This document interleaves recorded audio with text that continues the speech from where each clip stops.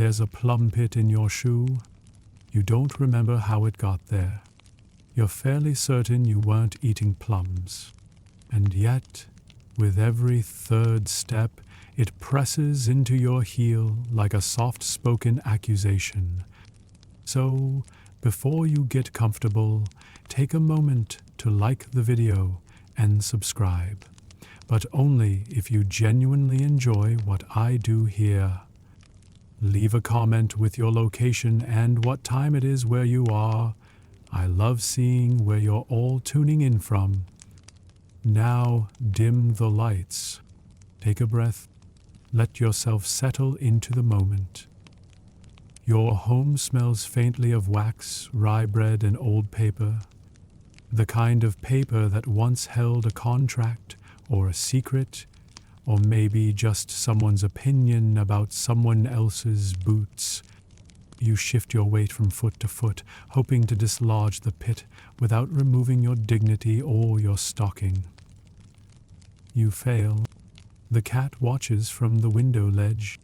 She blinks slowly. She knows. You sit. Remove the boot. Tilt it. The plum pit falls out with a sound that feels almost judgmental. You set it on the table beside your tea. Let it roll a little. Let it rest. Then, from the hall, you hear it. Paper, slipping under the door. You already know what it is. You always know what it is. You pick it up. Thick stalk. Rough at the edges. Still cold from the outside. Smells like ink and impatience. You break the seal. The wax crumbles like an apology.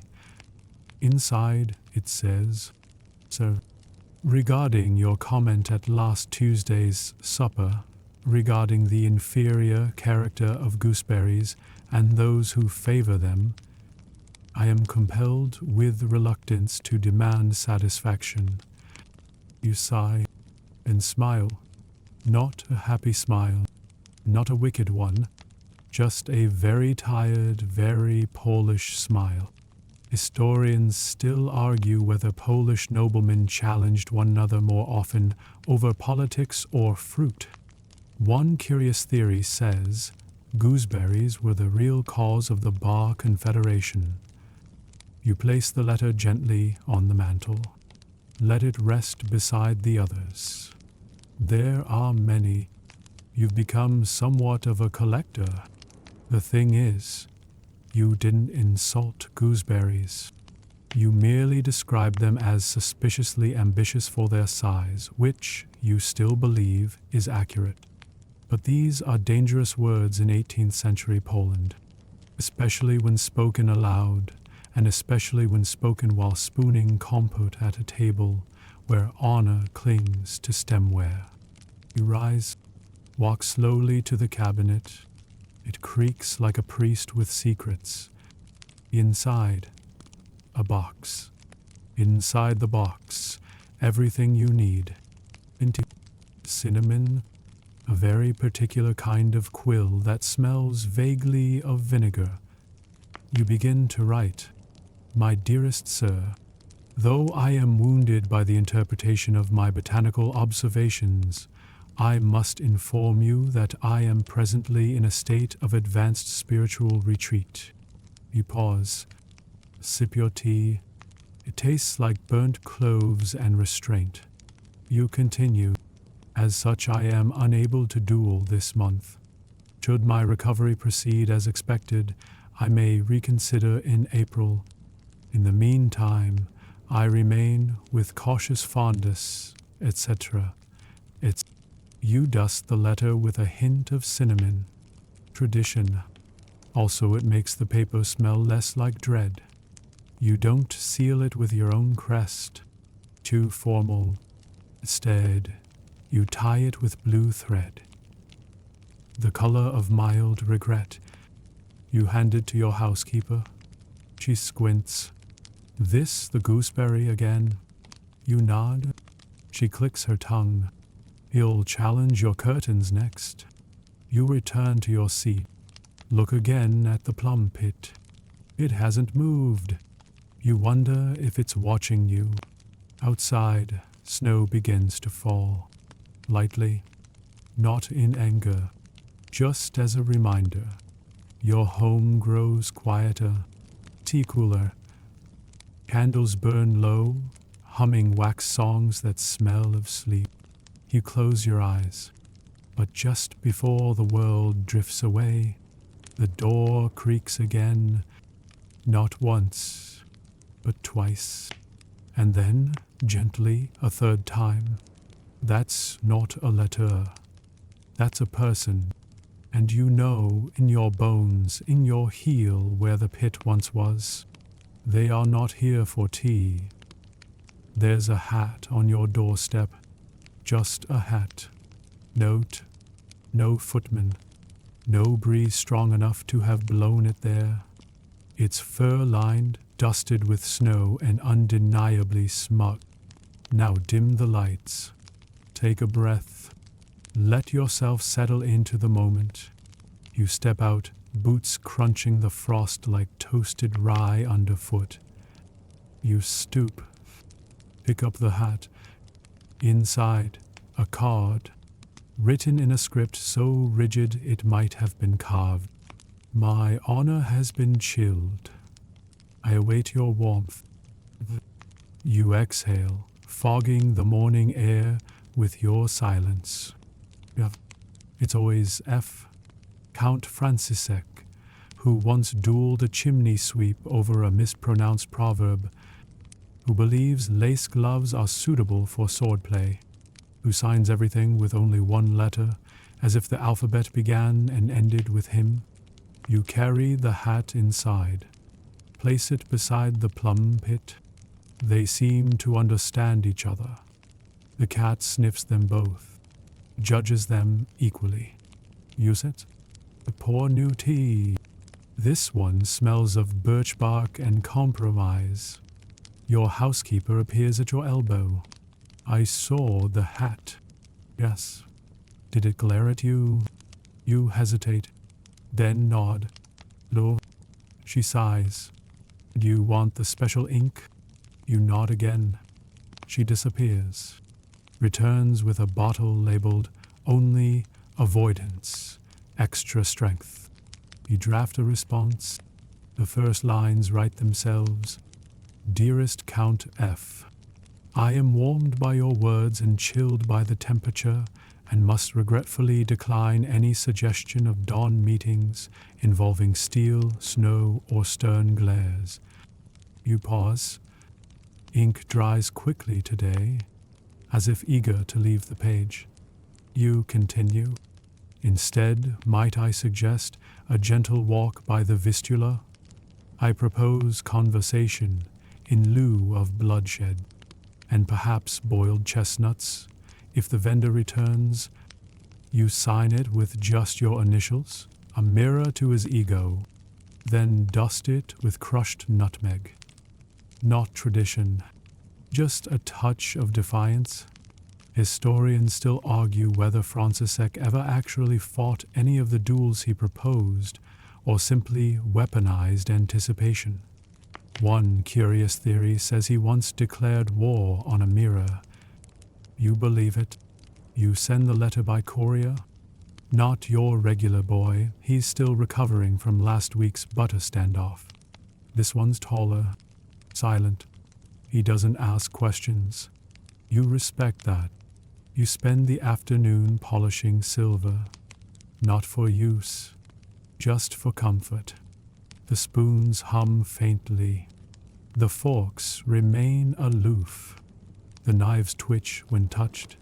You find it soothing. Dusk folds in. You light a candle, then another, then stop, sensing superstition creeping in with the smoke. Outside, the snow falls heavier now. Inside, something else settles. Not dread, but something similar, wearing nicer shoes. Then, a knock. Not loud, not hurried. 3 sharp taps. Measured, 2 measured. You answer. Count Francisek stands in the doorway. No coat, no gloves, only a scarf the color of overripe cherries. He nods. You declined. You nod in return. I did. You offered chestnuts. I did. He holds out a paper bag. Well, fragrant. Steam rises like a white flag. You step aside. He enters. You do not remove his hat this time. He sits. The cat circles him, finds him acceptable. Just barely. You both eat chestnuts. Neither of you speaks of duels. You talk of weather and socks and the structural flaws of God statues shaped like mermaids. Time softens. So does he. Eventually, he says, next time, I may challenge someone else. You nod. Would be best. He stands, pauses. Then, I never liked gooseberries either. You escort him to the door. He hesitates. Can I take the plum pit? You blink. I've been collecting things that outlast my anger. You give it to him. He leaves, smiling. A rare event. You close the door, relight the candles. The spoons hum louder now. Pleased. You make more tea. Wronger this time, with honey and something darker, something herbal. You breathe. And just as the warmth begins to settle in your chest, another card slides under the door. This one smells like ink, and oranges, and ambition. And the name on the back is spelled incorrectly. The card spells your name with 2 Ks, which would be fine if your name had even one. Now dim the lights. Take a breath. Let yourself settle into the moment. You turn the envelope in your hands. It crackles. Paper too stiff. Ink too thick. Ego practically embossed. You smell citrus. A hint of lavender and deliberate offense.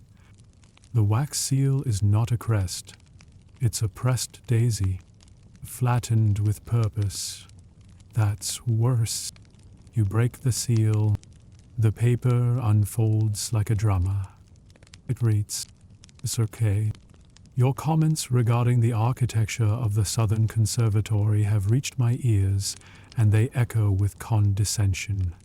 You insulted not just the arches, but the very spirit of archdom. I request your presence at the conservatory courtyard at sunrise for clarity and possibly violence. Signed, Lady Serafina Valentina of the East Wing, granddaughter of Tile." You exhale. You did not insult the arches.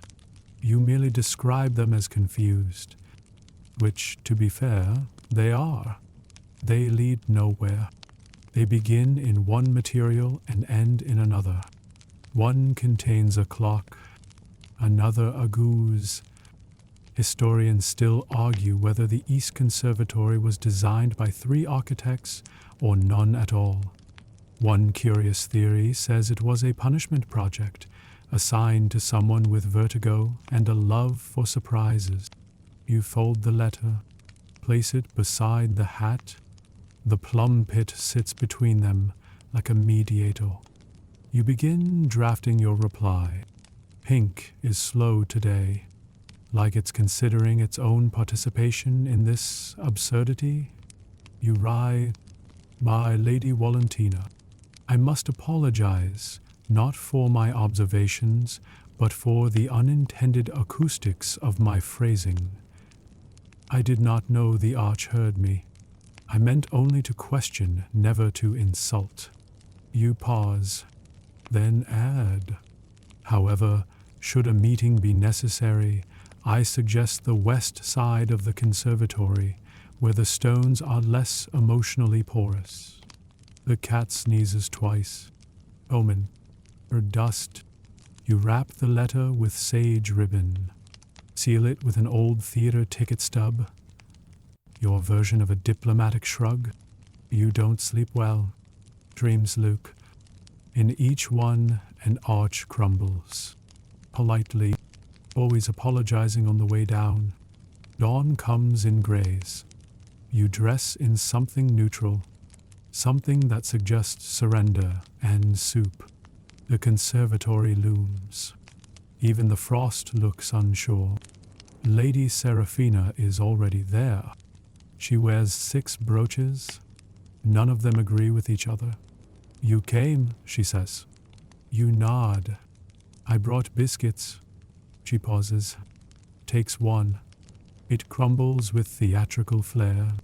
You meant what you said, only architecturally. You find them confused. Deeply. She smiles. The smallest one. The kind that ends wars before they begin. She sits, cross-legged, in snow. You do the same. The stones beneath you are cold, but not unkind. She speaks. The goose arch was my idea. I suspected. I regret nothing. I admire that. She offers you a flask. Something warm and yellow. You don't ask. You sip. It tastes like mustard and citrus ambition. You survive. For an hour you speak of design, of ceilings, of hallways that loop, of gardens that resist being symmetrical. She listens, occasionally hums in disapproval. Eventually, she says, we won't duel. You nod. That's a relief. But I will assign you a bench. In your name, slightly crooked, you bow, accept. This is how peace is shaped, not in declarations, but in deliberate furniture. As you leave, she calls after you. You were wrong about the arches. I'm often wrong, but they are confused. I know. You return home with cold knees and something like closure. The hat is gone. So is the plum pit. In their place, a butter knife, wrapped in ribbon. There's a note. It reads, "This is not a threat. It is a reminder. Sincerely, someone who once hosted you for brunch." You sit. Place the knife beside the fork. Light a candle. The room smells of citrus, snow, and historical overreaction. And just as you think the matter has resolved, you notice your table is now slanted by exactly the same angle. You spend the morning adjusting your table with folded hymnals. They don't help. The tilt remains, as if your dining room now leans toward architectural critique. Now dim the lights. Take a breath. Let yourself settle into the moment. The cat watches from atop a teapot. She seems unimpressed. You chew bread that tastes like an apology left too long on the windowsill. The butter slides. Northwest. You shift the table again. Now it wobbles, but only in the direction of regret. You rise. Decide to walk. Clear your head. Or at least shake loose whatever parts are still holding onto yesterday's architecture. The air outside smells of thawed mud and nearby wool. A passing carriage rolls by with wheels that squeak in iambic pentameter. You take this as a good omen. Halfway to the bakery, someone shouts your name. The correct spelling, no added K's. You freeze. A boy stands there, wearing a hat too large and confidence too small. He pants, holds out a folded paper. It said, "I had to give this to you in person." It said it was a matter of perspective. You take the note. It's warm and smudged. You open it. To the man with questionable taste in benches, you once implied that apples were smug. I took offense. I now invite you to meet me at the orchard behind St. Jadwiga's chapel. Bring gloves and clarity. Sign, Merrick the Lesser. You blink. Moloch is a cousin. By accident. Twice removed and once reinstated due to a card game involving marmalade. You remember the apples. They were smug. They rolled without purpose. They refused to be sliced evenly. Historians still argue whether Marek ever held land or simply borrowed other people's until they stopped asking for it back. One curious theory says he once attempted to declare independence from Krakow using only pears and charisma.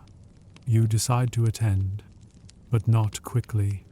You stop by the bakery, purchase a loaf that smells like old forgiveness and new time. Then a small jar of gooseberry jam, a peace offering or a provocation, depending on presentation. Then gloves, mismatched. Well, honest. You arrive at the orchard by midday. The trees lean gently, like eavesdropping on their own history. Merrick stands under a crooked apple tree. His scarf is too long. His boots are muddy. He holds a fencing foil. Backwards. You came, he says. I brought jam. That complicates things. Everything does. You sit on a stump. He paces. The foil catches light and drops it again. I don't want blood, he says. I want acknowledgement. That's cheaper. You called the apples smug? Lucian? I said they reminded me of my landlord. He considered. That is fair. You hand him the jam. He opens it, sniffs, winces. You brought gooseberry? It's thematic. He laughs. Once. Quickly. Like it startled him. Then he sits. You talk. About apples. And weather. And the inheritance of bonds. Eventually you find common ground. Fruit is not inherently prideful, but it can appear so under the right lighting. He hands you the foil. I don't duel anymore. I just garden with flair. You nod. You've improved. He leaves with the jam. You stay with the stump. The orchard smells of sap and softened grudges. A bird sings. Nothing. You clap anyway. On your way home, you pass the chapel. A priest stands outside, holding a box labeled Unclaimed Sins. Half price. You leave a coin. No, take a box. But the gesture feels mutual. At home, the table is level. You didn't adjust it, but it's no longer leaning, just resting. You pour tea, light a candle, and just as you bring the cup to your lips, there's a knock. 4 short, 2 long. Then silence, a pattern for familial disagreements involving soup. You open the door to find your aunt. She's holding a ladle like it's evidence. Behind her, the sky looks embarrassed. Now dim the lights. Take a breath. Let yourself settle into the moment. It wasn't enough salt, she says. You blink. Good evening. Don't you evening me. The borscht was diplomatic, not flavorful. You step aside. She enters. The ladle clinks against her ring. She has 5 rings. None of them match. Your aunt has never formally challenged anyone to a duel. But she has ended friendships with a single glance across a soup bowl. You bring her tea. She sniffs it. Is this apology tea or resignation tea? It's fennel. Coward. She sits. The house smells like dried dill and history. You light a second candle. The flames lean toward each other like gossiping servants. The cat watches from atop the cupboard, tail flicking in maternal judgment. "You've been declining duels again," your aunt says. "Avoiding, actually. And it's spreading." She pulls a newspaper from her sleeve. "You didn't even see it there." She always keeps documents in impossible places. On the front page, local scholar suggests emotional conversation as alternative to swordplay. Your face, slightly smudged. The article quotes you, "There are other ways to bleed than with steel." You wince. "Damie misquoted me." "Oh, I said there are other ways to steam a cabbage." That's worse. Historians still argue whether 18th century Polish newspapers served as record, propaganda, or passive-aggressive correspondence. One curious theory says editors accepted bribes in the form of rhubarb. You wouldn't be surprised. You offer your aunt a biscuit. She takes it. Slips again. Too polite. "Did you bake this with apologies?" "Heath butter." Same thing. She finally smiles. "It's not wide, but it could stop a war." "You're upsetting people," she says, gently now. "They want the drama. They miss the choreography of offense. I give them narrative. They want choreography. I use words. They want wounds." You sip your tea. The fennel tastes sharper. She stands, adjusts her coat. "Not saying you're wrong. That's new? I'm saying they might need you to be wrong." He nod. "And what do I do with that?" "Serve better soup." She kisses your forehead, leaves the ladle on the table.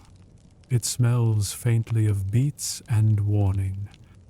Then she's gone. The newspaper remains, your smudged face staring up at yourself. You turn it over, find a small advertisement on the back. Brass buttons recovered from pre-duel jackets, pay up pecs apiece, or best poetic offer. You tear it out, pin it to the wall, just above the plum pit which has somehow returned. Evening deepens. You tidy the room, wipe the table, straighten the candles, rearrange the spoons into emotional categories.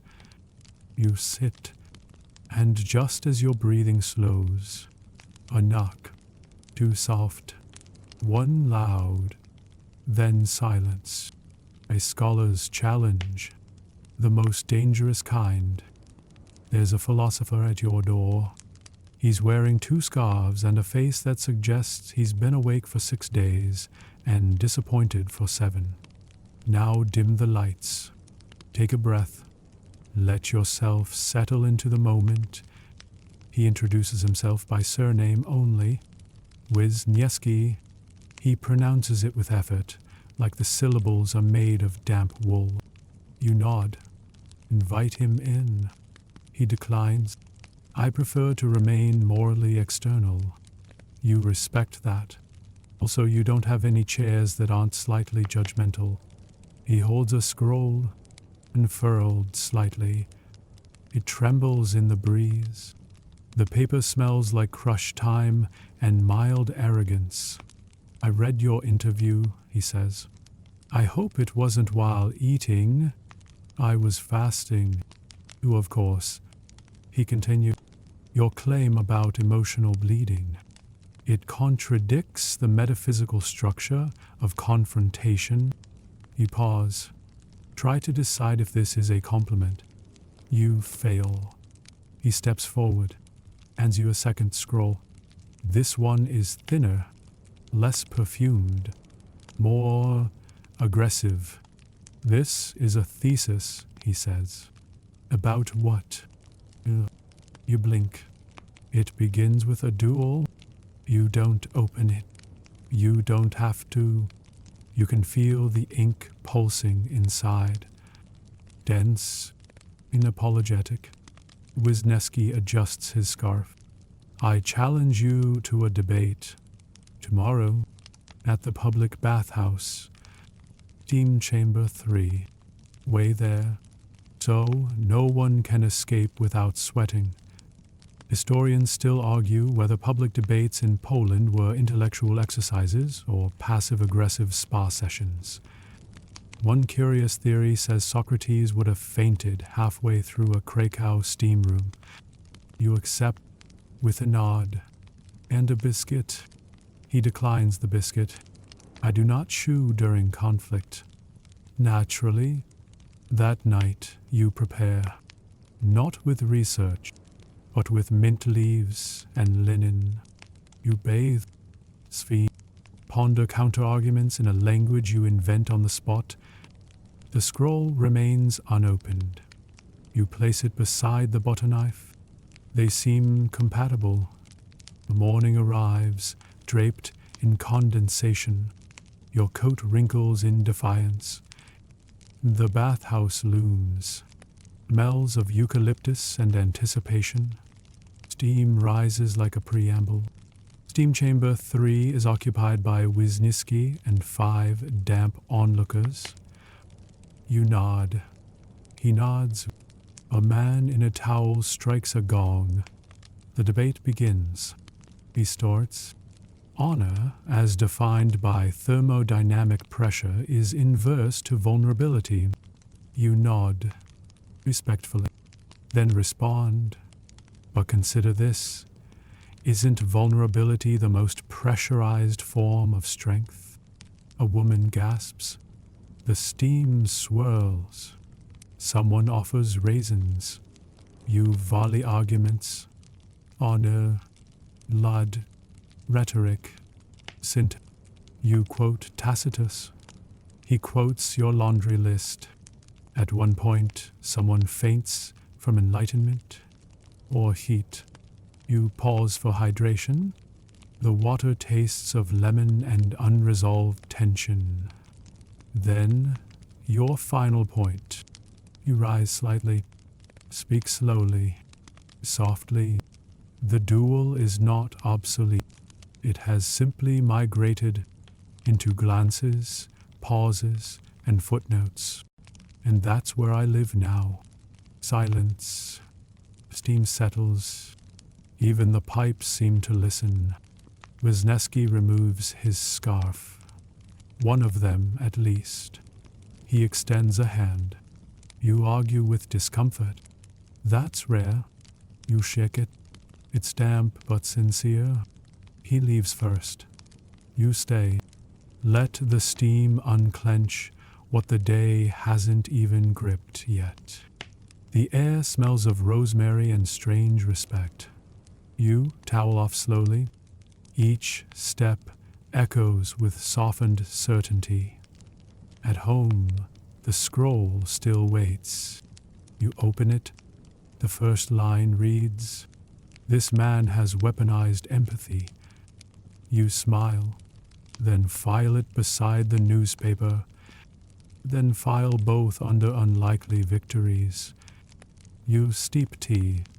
The cat returns. She smells faintly of sauna. You don't ask. She wouldn't answer anyway. And just as you sit to sip, a knock. Things short. One long. Two sharp. The rhythm of librarians with a grievance. There's a librarian on your porch holding a bay leaf. She doesn't say anything at first. She just stares.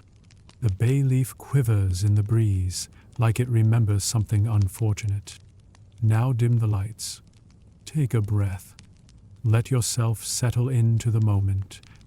She enters without permission, but with precision. Her shoes don't creak. Her coat doesn't rustle.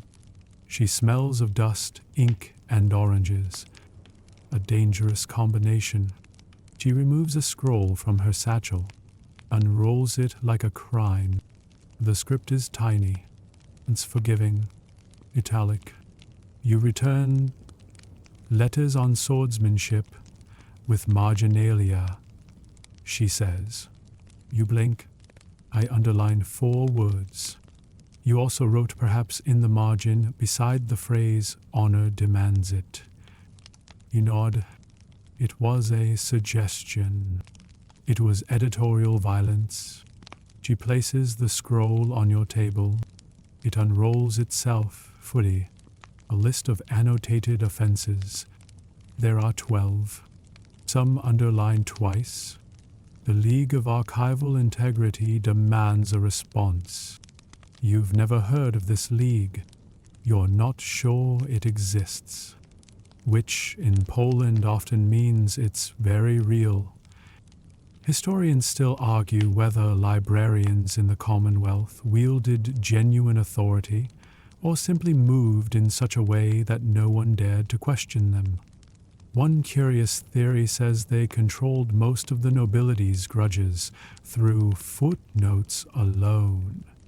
You don't want a duel, especially not in a reading room. Those echo. You rise. For tea? She declines.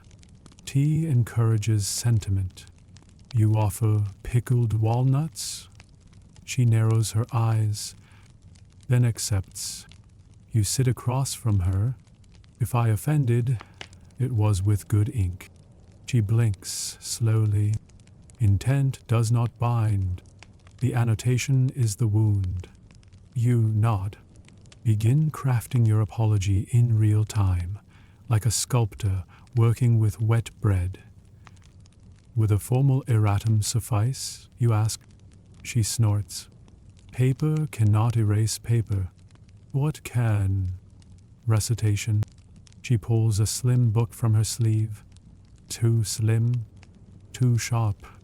She opens it, points to the offending passage. You will read, then refume, then reflect. This is a new kind of duel, with cadence, with air control, with memory. You stand. Begin. Honor demands it, you read aloud. Then pause. Perhaps. She narrows her eyes. You continue. But perhaps honor doesn't always know what it's demanding. Perhaps it confuses noise for necessity. Perhaps. Reflection, not speculation, she interrupts. You shift. Take a breath. Begin again. Honor demands it, but so does silence.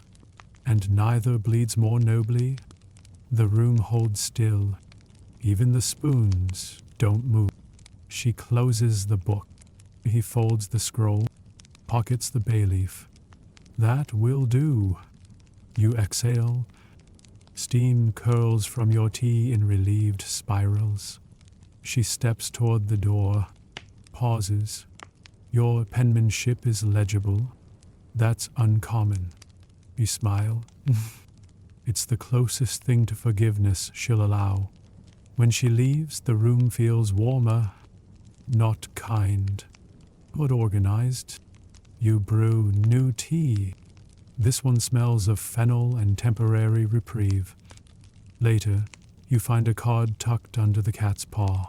How it got there is a mystery. She claims diplomatic immunity.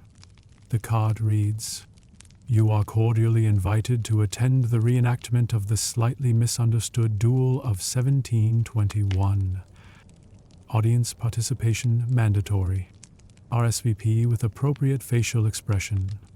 There's no sender, only an address, and a wax seal in the shape of a question mark.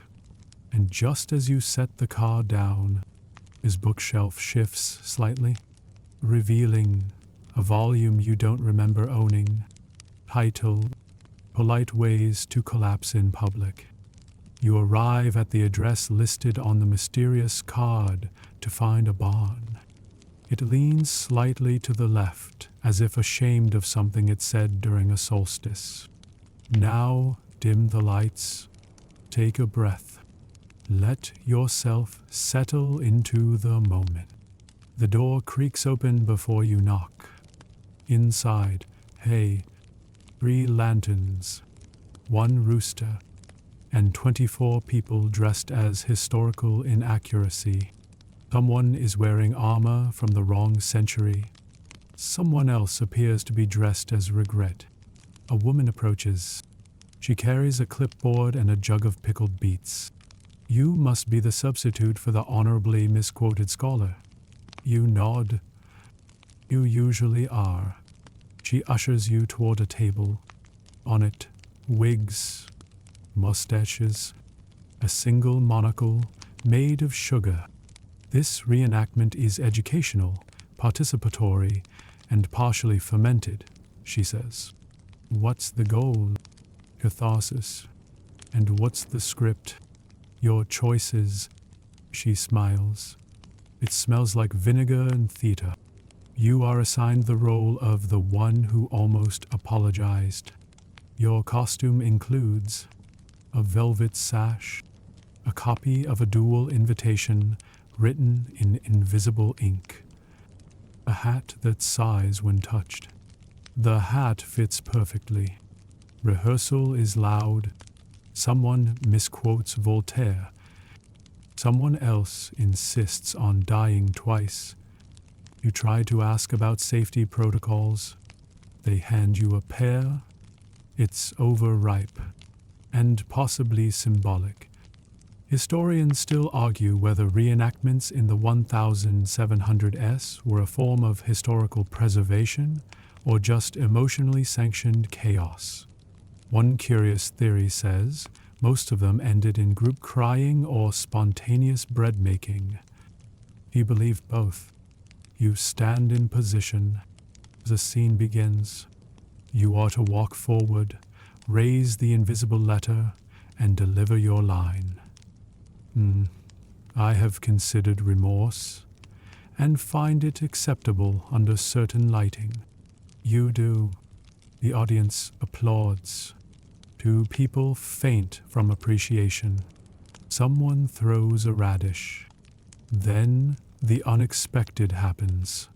Someone else walks on stage, not in costume, not in the script. He wears boots covered in snow and a coat stitched with passive aggression. He says nothing, just stares at you. It's your old fencing instructor. You recognize him by posture alone. Rigid, proud, carrying a grudge inside a pocket watch. You always did prefer speech to steel, he says. The crowd hushes. You stay still. Let the velvet sash absorb your anxiety. This is a reenactment, you say. So was your education, he replies. A gasp. Even the rooster looks offended. He pulls out a dueling glove. Cracked. He throws it at your feet. It lands softly, like a folded memory. You insulted my curriculum. I corrected a footnote. You added an asterisk. It was necessary. It was unforgivable. The audience is spellbound. The hat on your head deflates slightly. You sigh, kneel, pick up the glove, and gently tuck it into your coat pocket. I won't fight you, you say, but I will acknowledge the wound. With sincerity and seasonal fruit, you hand him the overripe pear. He blinks, then takes it, bites, chews, nods. Applause erupts. Someone faints again. The rooster crows, belated but supportive. You leave the stage quietly. Someone hands you a certificate. It reads, "This certifies that you have survived a reenactment of historical confrontation without escalation." Signed in pencil. By someone named Henrik, probably. Outside, the night smells of lantern smoke and dried applause. You walk home slowly. The certificate flaps softly in your pocket. The glove rests beside it. Warm, heavy, not as a weapon, but as something finally let go. And just as you step onto your porch, the wind shifts, carrying with it the scent of cloves. and the unmistakable rattle of a teacup placed too firmly on your desk inside. Someone has entered your house. Politely. There's steam on the inside of your window. Not fog, not breath. Steam. As if someone boiled something emotional in your study. Now dim the lights. Take a breath. Let yourself settle into the moment. You step inside. Your house smells of cloves, ink, and faint disappointment. Your teacup has been moved 3 centimeters to the left, just enough to imply judgment. On the armchair, a coat, well worn, smells faintly of debate and rain. You hear humming from the study. You enter slowly. He's sitting at your desk. Elegant, made of elbows and opinions. Professor Kazimierz Groch, your former mentor, and once, briefly, your sworn nemesis over the placement of a semicolon. He sips your tea. He makes a face. Too much honesty in the blend, he says. You don't reply. Not yet. You sit across from him. The chair creaks. So does he. He sets down the cup. I've read your letters. Many people have. Most of them weep. That's the idea. He nods. Appreciative. But where's the steel? You gesture to your shelf. Filed under someday. He leans forward. His breath smells of cardamom and certainty. You've made an art of softness. You nod. Steel rusts. So does sentiment. But at least it smells nicer. Historians still argue whether Kazimierz ever taught at a university or simply wandered between them correcting people. One curious theory says he once edited a marriage proposal in real time. You wouldn't be surprised. He removes a small envelope from his coat, sets it on the table. It's thick, waxed, stitched shut. This is from the Ministry of Nuanced Confrontation. You raise an eyebrow. That's real? Only when needed. You open it carefully. Inside, a formal request. An invitation. A warning. You have declined 9 duels this season. As per Article 14, you are now eligible to host a consolidated duel, in which all offenses are acknowledged, symbolically expressed, and then redirected into polite conversation. Failure to comply will result in emotional fines. You look up. He's already standing, adjusting his sleeves like he's about to narrate a funeral. You need to prepare. For what? Everyone you've offended is coming, including those who weren't, but heard about it. Will there be seating? There will be opinions. He leaves, without his tea, without his coat, just the scent of punctuation and residual guilt. You sit, read the letter again. Voice. The air grows heavier, not with fear, but with potential. You light a candle. The flame stutters, then stabilizes, like it's trying to be brave on your behalf. You spend the evening writing invitations, handwritten, fragrant, each sealed with a clove and a small quotation from a philosopher no one likes but everyone cites. You invite the count, the librarian, the philosopher, the bench designer, the man you once corrected about parsley, even the rooster. You include a note, participation optional but heavily implied. The cat watches from the mantel. She's cleaned one paw to an unreasonable shine, clearly expecting guests. You brew a tea labeled Conflict Reduction Blend.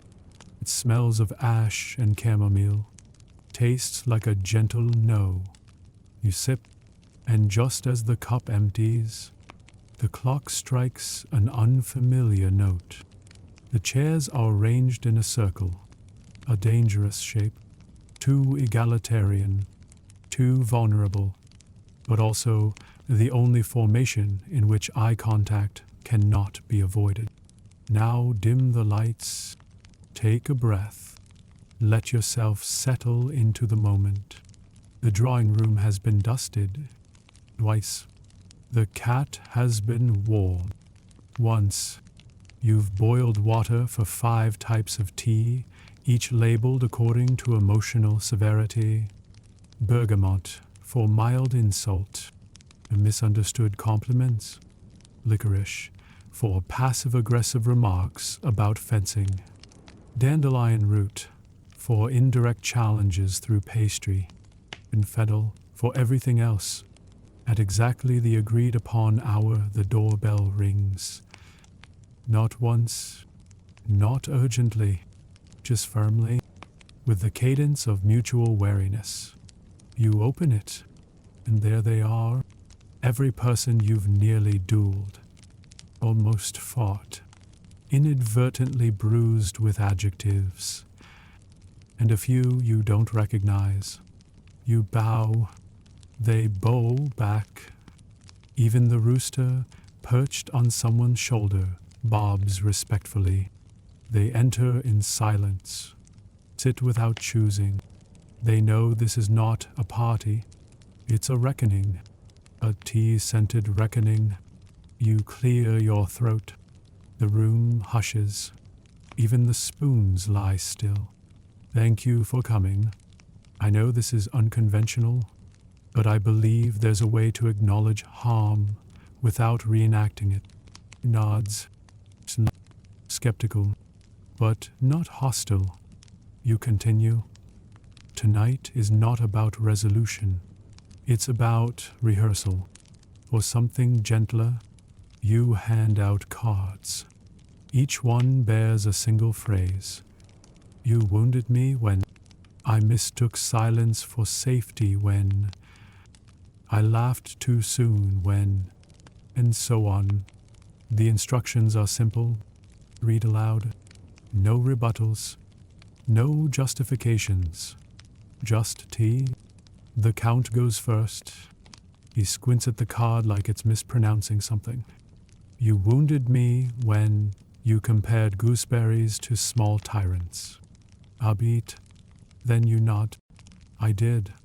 He pours bergamot tea. Sips. Moves on. Next, the librarian, still in her cloak, is still holding a bay leaf. I mistook silence for safety when you annotated that margin without due reverence. You bow. She drops the bay leaf in her cup like a silent exorcism. One by one the offenses emerge. Not sharp, but aching. Someone recalls the crooked bench. On the plum pit, someone speaks in haiku about the borscht. Your aunt applauds that one. Historians still argue whether apology circles were practiced in the Polish-Lithuanian Commonwealth or invented later by playwrights who needed longer second acts. One curious theory says the aristocracy occasionally hired actors to impersonate them in emotional matters. Tonight, no actors, only participants. At some point, someone starts humming, and someone else. A soft drone of shared discomfort. It isn't music, but it helps. Halfway through, a gentleman named Victor, who once challenged you over footnotes, breaks down while holding a spoon. I just wanted someone to say they read the index, he mutters. You reach out, touch his wrist. I did. Twice. He breathes out. The rooster clucks. Sympathetically. The tea grows cold. The candles burn low. But the room does not empty. Not yet. No one has left wounded. No one has fainted. One person has scribbled a note for a future duel, but then ate it with jam. Progress. You stand, Speak softly. Tomorrow we will still misunderstand each other, but tonight we practiced otherwise, and that is nearly enough. Beruken. Some smile. One person toasts with a fennel cup and whispers, "Never again, unless necessary." A reasonable motto. They file out quietly. No door slams. No accusations. Just wool coats and measured exits. The cat returns from the cupboard, jumps onto the table, sniffs the leftover tea, chooses mint. You collect the cups, each one different, each one touched. You don't wash them? Not yet. They need to cool. So do you. And just as you turn to blow out the final candle, you hear it. Not a knock, not a bell, just a rustle, a letter being slid carefully, deliberately under the door. It smells like wax and rain, and the handwriting is yours. The letter is sealed in red wax, not your usual shade. Yours leans toward cranberry. This is deeper, darker, like something soaked too long in memory. Now dim the lights. Take a breath. Let yourself settle into the moment.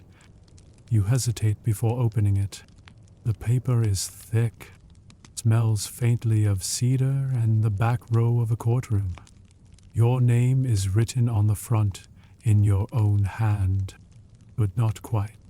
The K is curled differently, the spacing too neat. You open it. Inside, 3 words. You promised once. No signature. No date. What you remember? It was years ago.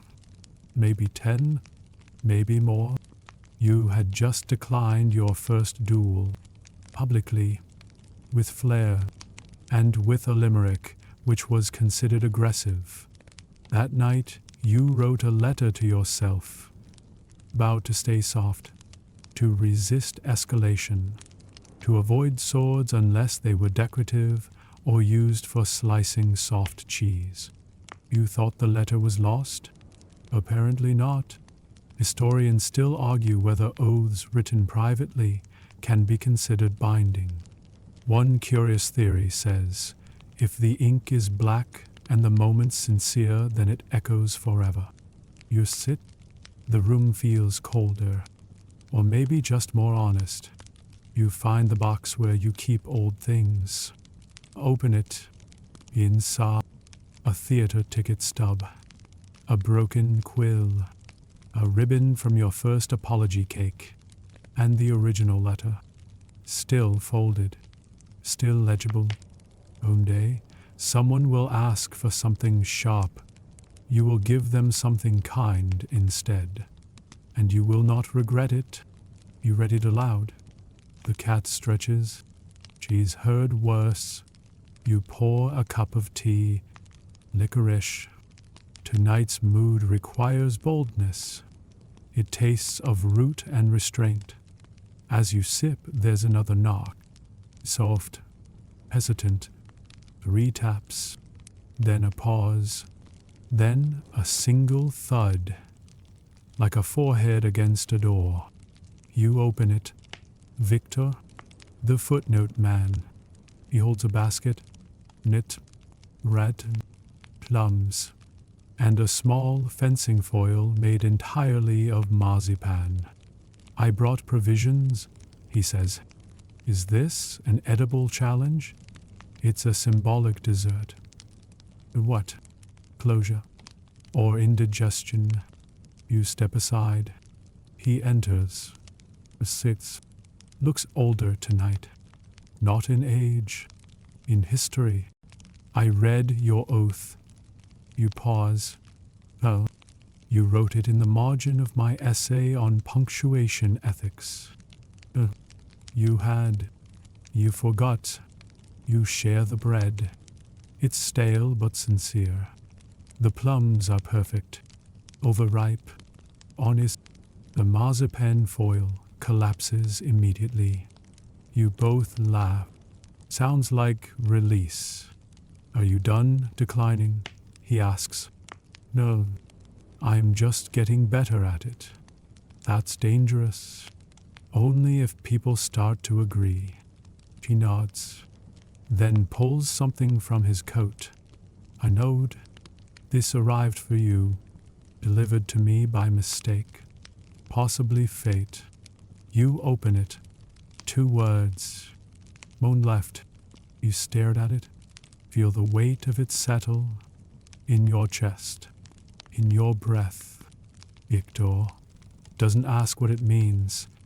He knows better. You both sit in the quiet. The cat curls between you. Even she seems unsure of what comes next. You close your eyes, and just as the candle flickers towards sleep, the wind shifts, and far off, beyond the walls, beyond the fences, a trumpet sounds, soft, distant, but unmistakably directed at you. You've never received a trumpet summons before. Bells, yes. Knocks, certainly. Even interpretive coughing. But not a trumpet. Now dim the lights. Take a breath. Let yourself settle into the moment. You rise before the sun. Dress deliberately. Not in armor. Not in silk. Just wool. Warm, loyal wool. It itches a little, reminding you that you are awake and probably about to be regrettably. The letter still rests on the mantel. Home left. You carry it in your breast pocket, like a final ingredient, or a map, or a forgotten debt folded gently into a promise. Outside, frost glistens like powdered regrets. The air tastes of iron and pine. You walk. The trumpet sounds again, closer this time, but softer, as if even it isn't quite sure this is a good idea. You follow the sound through sleeping streets, past the statue of the poet who never rhymed, past the bakery that only sells bread shaped like emotions. You arrive at the edge of town, a clearing, and there, standing in full ceremonial absurdity, is the marshal of last dueling rites. He wears epaulets made of candle stubs. His gloves are velvet. His eyes are apologetic. You've reached your limit, he says. I suspected a duel must occur.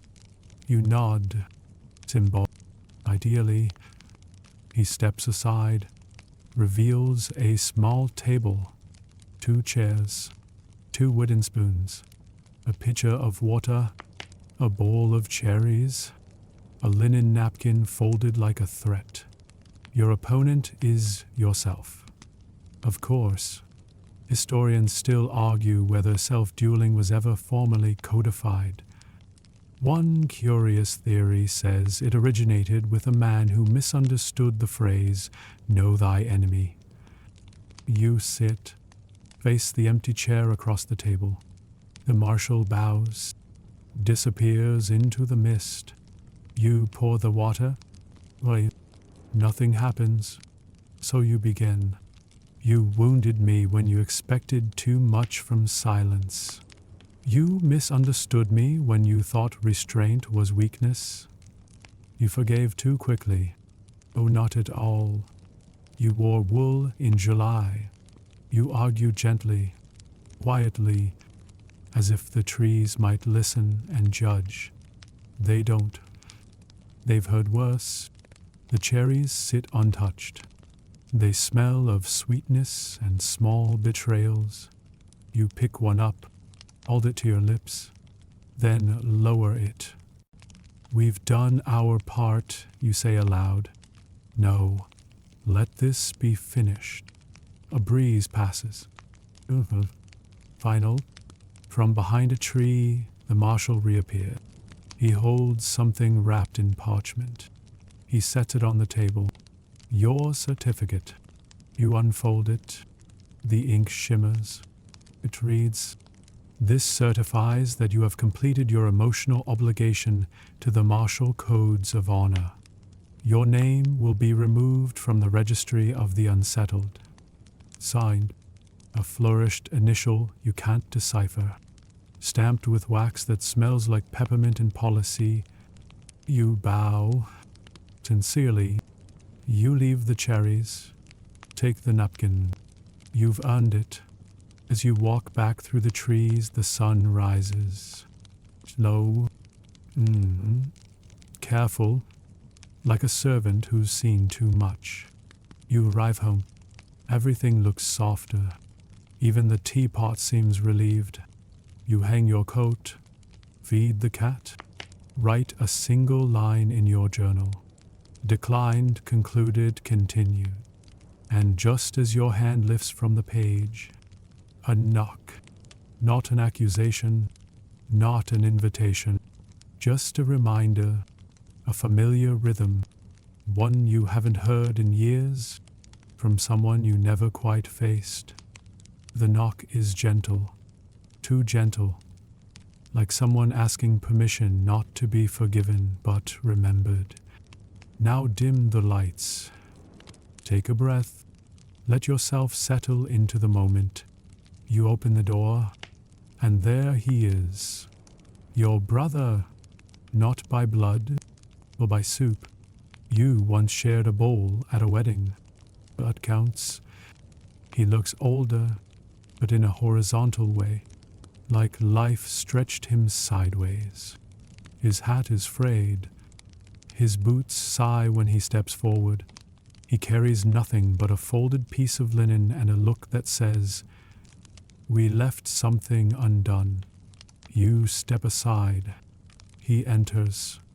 The cat sniffs his coat, then curls beside the fire as if to say, "This one belongs to the archive."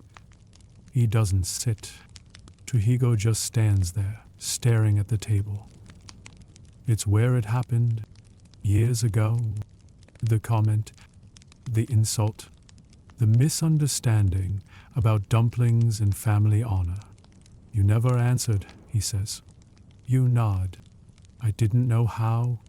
He unfolds the linen, reveals a fork. Your fork, the one you threw into the garden when the argument boiled over. The one you assumed the earth had eaten. It took me 6 years to find it. You smile. Still curved, or still yours. He places it on the table. It doesn't clink. It settles, like a confession that has grown tired. You sit. More tea. Chamomile. Cinnamon. A touch of fear. "Did you want a duel?" you ask. "I wanted you to feel as bad as I did." "And did you?" "Eventually." "And now?" "Now I want tea." So you drink. Together. While the fire cracks softly. The spoon stirs itself. The fork watches. Historians still argue whether familial disputes in 18th century Poland were ever officially resolved. One curious theory says they were simply absorbed into songs and hummed away over generations. You believe it. You hum something. He joins in. It's not a song, but it helps. "You've changed," he says. "Everyone does. But you did it with verbs." You shrug. Steele makes a statement. "Words let you revise." He nods. "Well, grateful, almost proud. I never wanted to win. I know. I just didn't want to vanish." He pauses. "You didn't." You left a fork. The tea is gone. The night deeper. He stands, reaches into his coat, hands you a small cloth pouch. Inside, a button, polished, worn. stamped with a single initial, yours. Found it in the lining of my old coat. Figured it was yours. You nod. From the vest I wore when I stopped being afraid of apologies. He smiles. A little, then turns. We're square now. You nod. We were always just slightly tilted. He chuckles. Like a good table. He leaves. You sit. Pull the button. Set it beside the plum pit which has returned again. This time wearing a hat. You don't question it. You write one more letter. Not to him. To the registry. Reconciled. Retain. Ready. You sign it without flourish. Fold it. Set it aside. And just as you prepare for bed, the cat stands, walks to the window, and stares out at something you cannot yet see. You sleep deeply that night. No dreams, just the soft sensation of not being required to explain yourself. Now dim the lights, take a breath, let yourself settle into the moment. Morning comes slow, gray. You wake to the smell of bread someone else decided to bake. The cat sleeps at your feet. For once, not judging, you rise, stretch. The joints of your body answer back in the language of historical furniture, groaning, but intact. You light the fire, brew something soft, rosemary and regret, with a touch of lemon. And then you see it, on the floor, by the door, a single sheet of parchment. It's sealed, unfolded, waiting. You pick it up. It reads, "The registry has received your entries. Your file is now considered resolved. You are free to forget if you wish, or to remember gently. Signed, the Department of Conclusive Hospitality." Historians still argue whether such departments ever existed. One curious theory says they only appear in correspondence, written by those who've lived too carefully. You run your thumb across the ink. It's still slightly warm, like it only just finished writing itself. You look around your house. Everything feels adjusted. The fork no longer glares. The chair where the Count once sulked is upright again. The bench no longer tilts. Even the plum pit sits still, finally choosing neutrality. You spend the morning sorting letters, not destroying them, just relocating.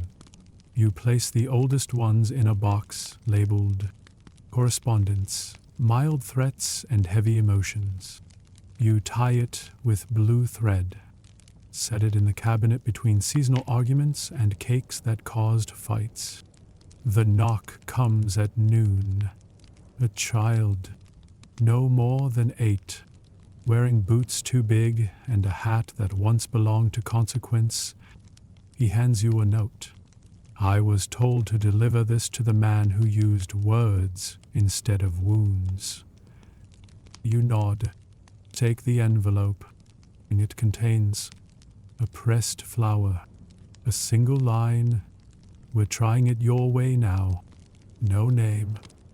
Just a wax seal in the shape of a teaspoon. You stare at it for a long while, then place it gently inside your journal. Between the pages on restraint and the chapter on ornamental apologies, you brew one last pot of tea for the day. Lavender, salt, and something unnameable. You sit outside. Let the wind page through your thoughts. Let it lift what it likes. Discard what it does. The fence creaks in approval. The rooster down the road sounds slightly off-key, but determined. You don't hear footsteps, but you feel them. The bench shifts slightly as someone sits beside you. You glance. Kazimierz, your old mentor, No coat, just his scarf. He's still too long, still heavy with footnotes. I heard the registry closed your case, he says. They were merciful, or exhausted. You both smile. He reaches into his pocket, pulls out something wrapped in wax paper. For you. You open it. A single dumpling, perfectly folded, still warm. You missed dessert at the reconciliation feast, he says. Was there a duel? Only over the bill. You eat in silence, chew thoughtfully, taste everything. A potato, peace. Do you feel free? He asks. You consider. No. And we're not, because I'm not finished. Good.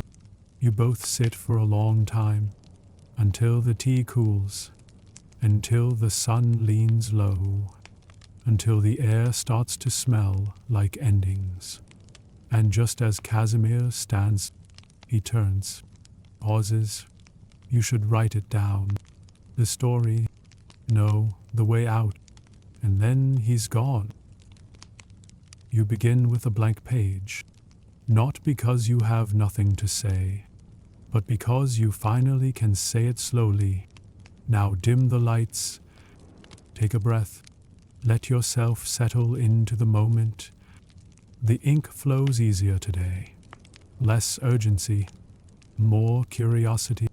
You dip your pen, pause, then write the title. How to decline a duel without being forgotten. The letters bloom softly across the paper. No exclamation, no defense, just permission. You recount the early letters, the invitations, the wax seals, the gloves thrown with such choreography they might have been part of a dance. You write of the count, the librarian, the rooster. You write of forks that vanished and promises that didn't. You describe the rehearsals, the tea, the reenactments that blurred into truths, the silent spoons. You do not embellish. You don't need to. History, when held quietly, is already strange enough. The page fills, then another, and another. Each paragraph anchored by a sense, a pause, a breath. Historians still argue whether memory improves with distance. One curious theory says it only deepens, that we don't recall what happened. We recall how heavy it felt in our coat pocket as we walked home. You include that line, then underline it twice. You pause mid-sentence, watch the candle gutter, smell its last breath, wax and story and sleep. You light another. The flame rises immediately, confident, maybe a little proud. You sip. Tonight, fennel, plum, and closure. The cat curls on the windowsill. She no longer watches for messengers, only birds, and sometimes ghosts. You continue writing. Describe the duel with yourself. The wooden spoons, the cherries, the air between sentences. You recall what you said. Let this be finished. And how it wasn't. Not really. Not until now. You hear footsteps outside. Not a summons. Just the passing of someone else's story. You do not look. You do not rise. You write. Lightness is not surrender, and peace is not silence, and kindness, when deliberate, is sharper than steel. You sign it simply, your name, no initials, no ribbon, just the mark of someone who outlasted escalation. You place the pages in an envelope, tie it with the same blue thread you once used to stall a gooseberry duel. You label it, instructions for the next time someone forgets. You don't send it, you shelve it. Next to Courage Through Cake, seating charts that saved friendships, and the index of unwritten apologies. The fire is low now, the room dim, your shoulders warm, you exhale, and for the first time in many chapters, no knock, no trumpet, no footnote, just the sound of breath. And settling, you stretch, you stand, blow out the candle. Let the dark be dark. Let it hold your story and sleep beside it. And just as the silence thickens, the last page closes, but not with a thud, with a sigh, like linen folding itself, like boots by the door, like peace that no longer needs permission.